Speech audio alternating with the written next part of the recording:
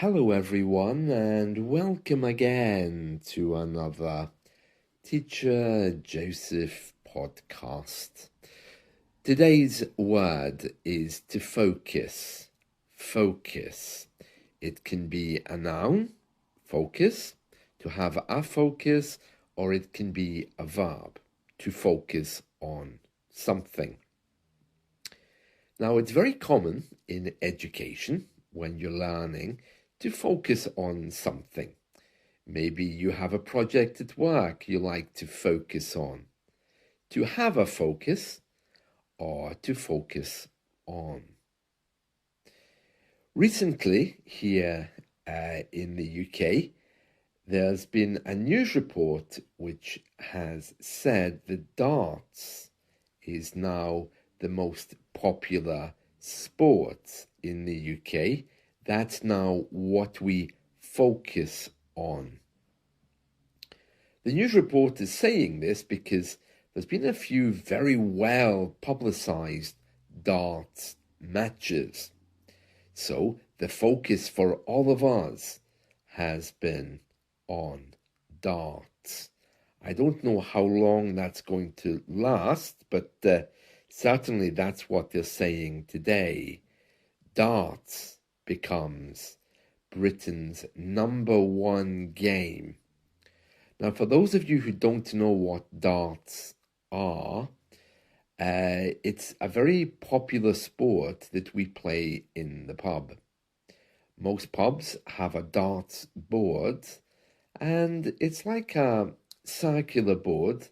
It's yellow and black with numbers around it, and it has a red bullseye in the middle where you can throw these little arrows, which are also called darts, onto the board.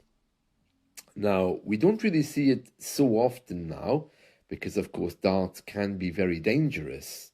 And in these days of health and safety, darts are more likely to be found on someone's bedroom door, especially if you're a teenager or you like to play sports. Darts is a very good pastime, and I'm sure there's probably some kind of internet version of that now as well. So that's where our focus has been recently, on darts. By the way, darts is also a verb which means to move quickly. Here in the UK, we have little animals that sometimes dart around. And my cat, he sometimes likes to dart around the house, moving really fast. To dart is when you can move so fast that you can easily escape someone. So, getting back to the game of darts, let's go through this news report. It says, darts becomes Britain's #1 game. Britain's most exciting sport is now darts, with the football lagging behind. It says here, Britain's most exciting moment in sports in 2023 was darts, and apparently its popularity has risen by 143%. Britain's second most thrilling occasion was the Super Bowl, which was in Nevada in America. And the third most popular was horse racing with the Cheltenham Gold Cup, whatever that is, I've no idea. Rugby was fourth as the most exciting sporting event of 2023, and that was something that was going on in Bahrain, in the Arab world. Football didn't even come close to any of those last year. It didn't even get a look in. When something doesn't get a look in, it means it's not even part of the major players. So football didn't even get a look in. It means it wasn't even close. And it says here, even the battle between Manchester City, Arsenal, and Liverpool failed to ignite the nation's passions. Oh, very interesting, isn't it? Talking about these things. Yeah, you have to have a very good hand to play darts. I haven't played that for years. I was never really into sports.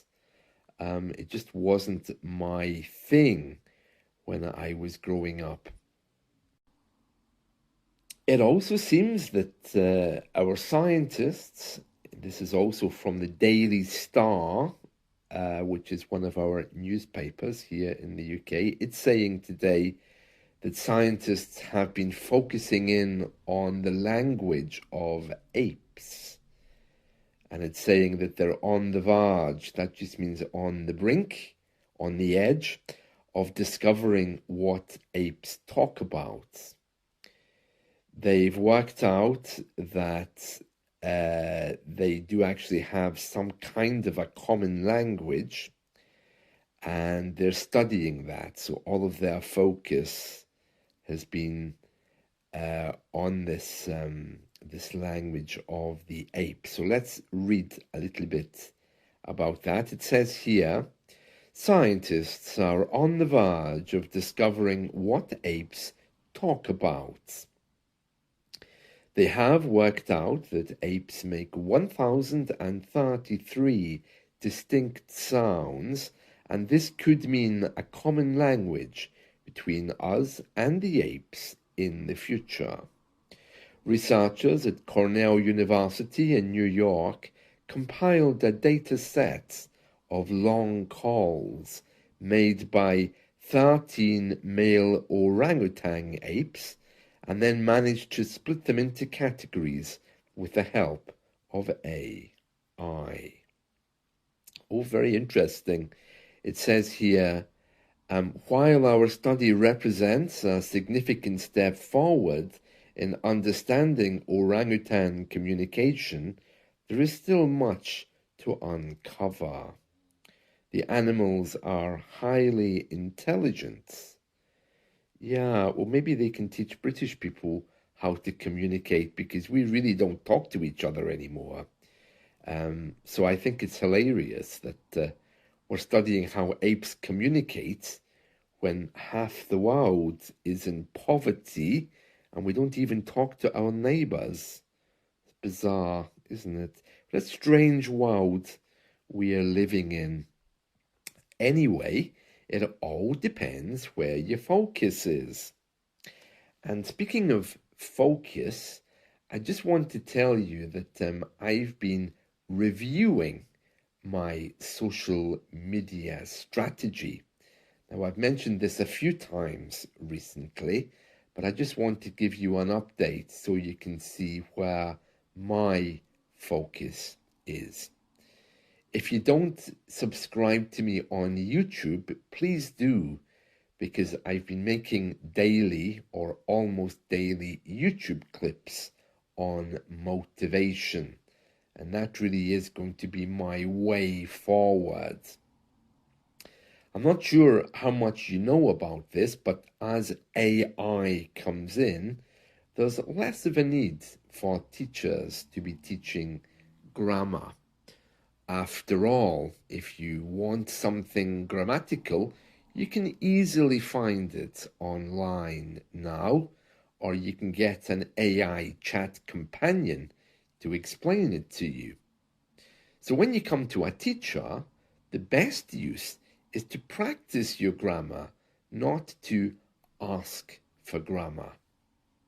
I'm very happy with this new development because I think for far too long, language schools have been trying to reduce English down to a commodity. You give me money, I give you grammar. You give me money, I give you page 7 of the book. I could understand maybe if language schools employed native speakers to actually practice with you. But to keep costs down, most people who are employed by language schools are simply students who are passing through, have no teaching experience, and really are just there to make some money while they are traveling. This is not very good for people who are learning English to be taught by people with no teacher training whatsoever. So I'm very happy that finally AI is offering people some kind of alternative. Teachers, though, have to change just a little bit.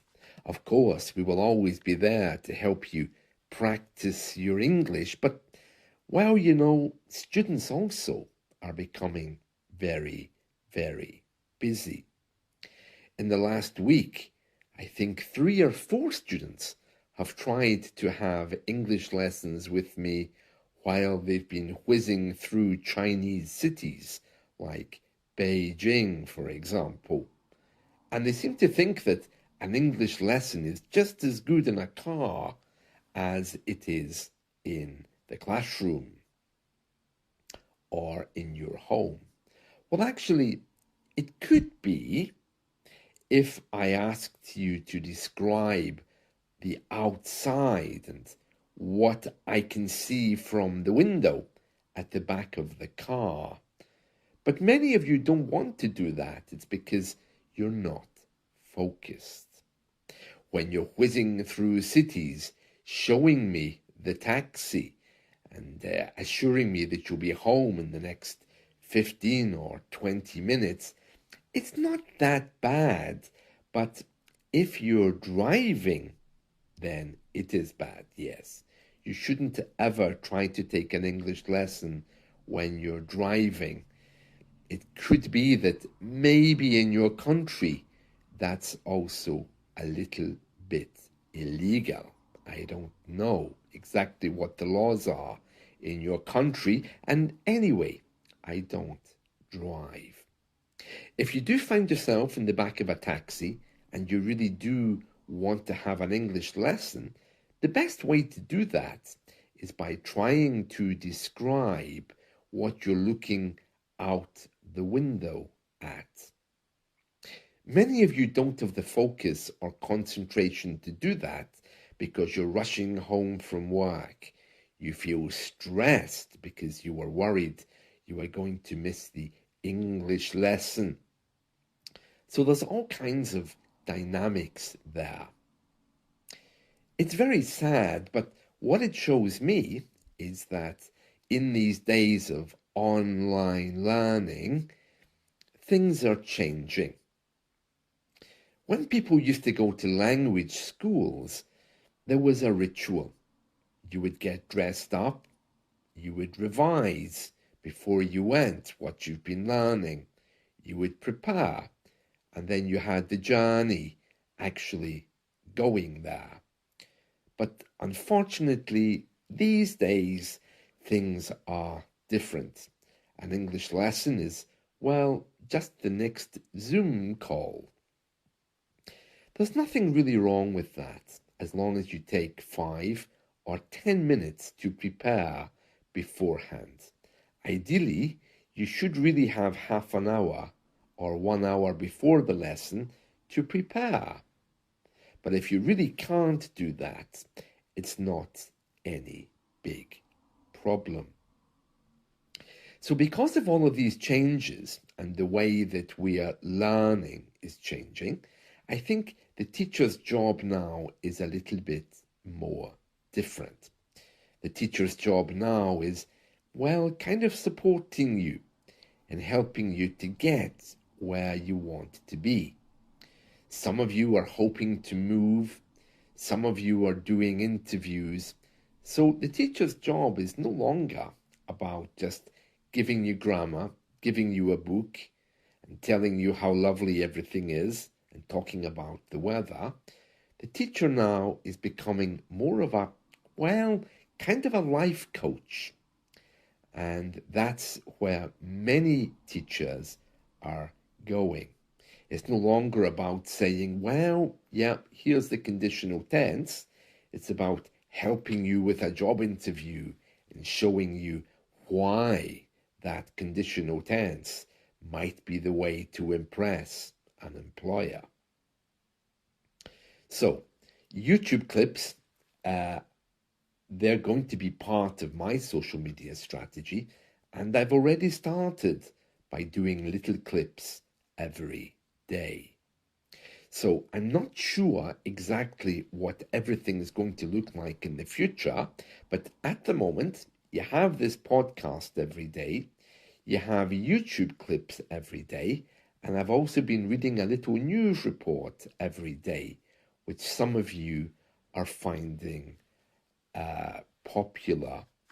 Remember, this podcast is also on Spotify and YouTube too, so you can easily find me on many other platforms too.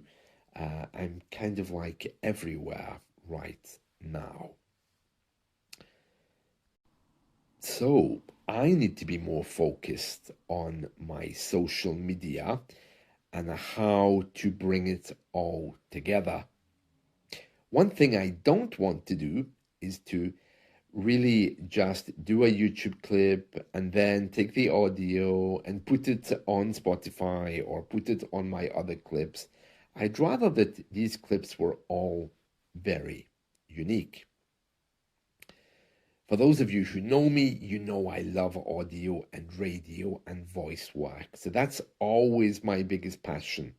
Video work, YouTube work, is a little bit different, and I don't think the two things are the same. So there will always be a lot of different clips on different social media sites that you can find me on. So I'm currently reviewing what works best and what content should be where. So there may be some more changes coming. We have to wait and see. Well, that's a little update from me. So I hope you found this helpful, and I'm looking forward to talking to you again soon. Have a wonderful day, and remember, stay focused. Bye.